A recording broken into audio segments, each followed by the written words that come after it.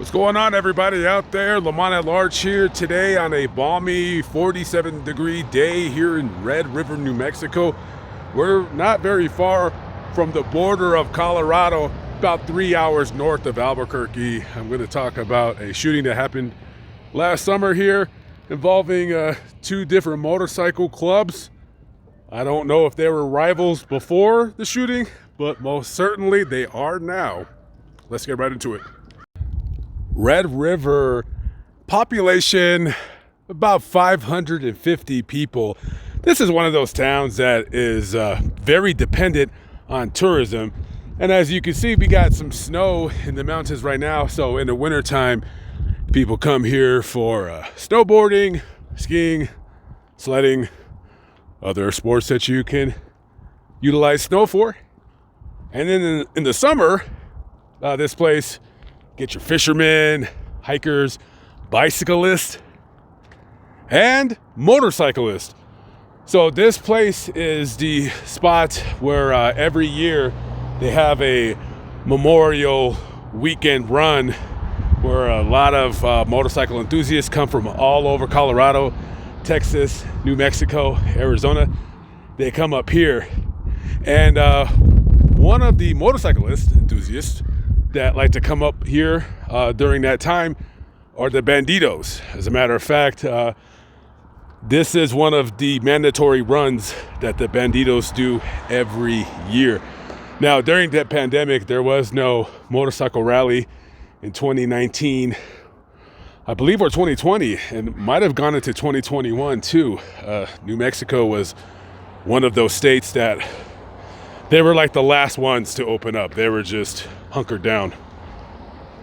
So we're gonna go last year, May 27th, 2023. Now, I'm gonna guess there was probably, and they're estimating, 25 to 30,000 people coming up here. I'm gonna guess that the rooms here are going for top dollar. So most of the motorcycle guys out here, law-abiding citizens, but some of them describe themselves as the 1%. They don't abide by societal rules. So on that day, you had quite a few members of the Bandidos. I don't know how many there were, but there were a lot. And they came up here, presumably to have a good time. Now, one of the members spots another guy wearing a vest, right, and flying its colors with the Water Dogs logo on it. Now, I never heard of the Water Dogs, but I definitely have heard of them now. So, right across the street looks like a store called Climates. Now, it's in this general area that Bandido runs into the Water Dog. So that Bandido, his name was Damian Bro, 46 years old from Socorro, down south. So in this general vicinity, right, anywhere from the Mother Lode Saloon right there to Climates right here, somewhere right here, they see a guy wearing a Water Dog jacket. And that man's name is Jacob Castillo. Now, I never heard of the Water Dogs until now, like I said. But the Bandidos had a beef with the Water Dogs. And that's because, well, it looks like 2 months or 3 months prior to this shooting, there was a photo, somebody from the Mongols Motorcycle Club who is trying to encroach on the Bandidos territory here in New Mexico. There was a photo of a Mongol getting married. And, well, there was a Water Dog there with them. I'm assuming they're friends. I don't know. So he approaches Jacob and he says, "What's going on? Are you guys loyal to the Bandidos or are you loyal to the Mongols?" Now, I don't know about you guys, but if that were me, I would say whoever is in front of me, that's who I'm going to be loyal to. That's how I play the cards that are dealt to me.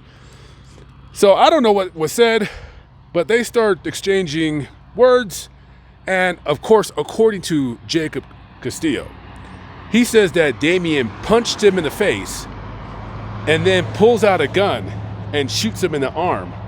Now, Jacob pulls out his gun and returns fire, striking and killing Damien Brow.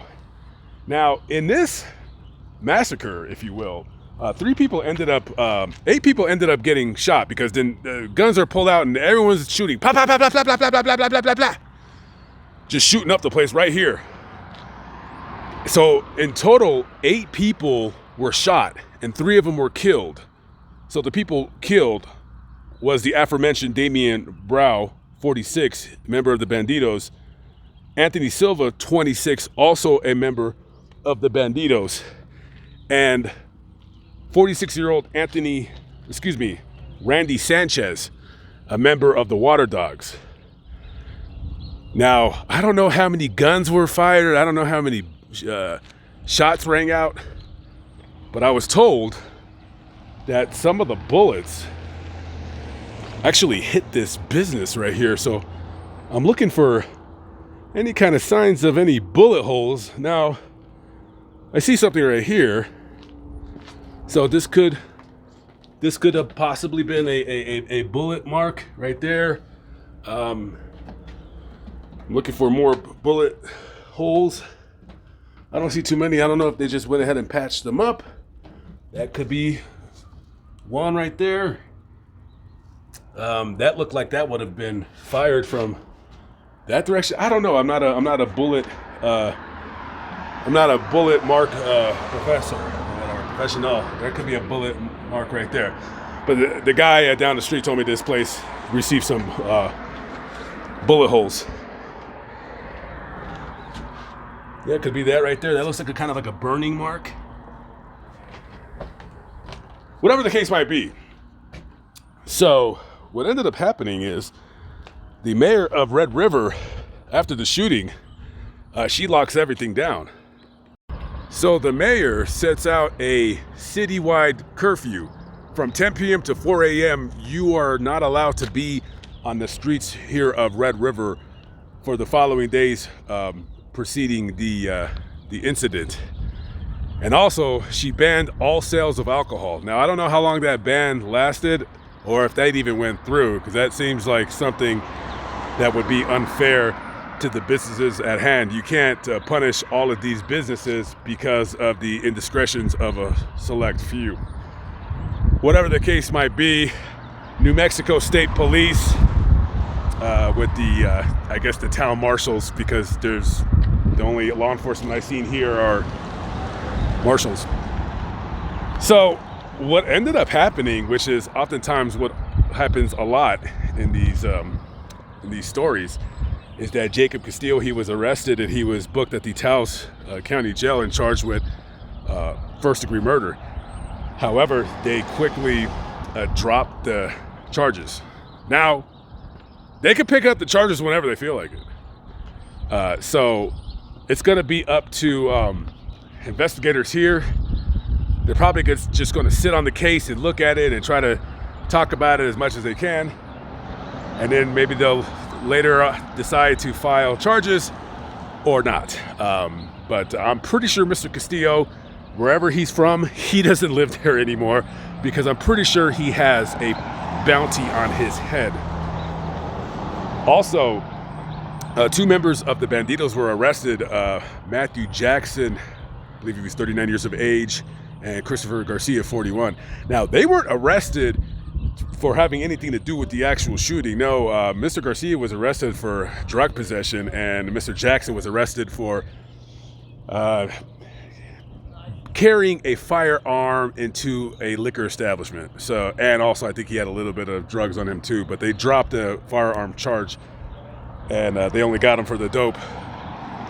So they gave him 12 months probation, so slap him on the wrist. I don't know at all if they're going to investigate this crime any further. And also, I got a quick question. Who killed Randy Sanchez? I'm not sure. Like, was that an accidental shooting? Are they not going to investigate? I have no idea. That is a weird one. So that's really it of the story. That's pretty much the gist of it.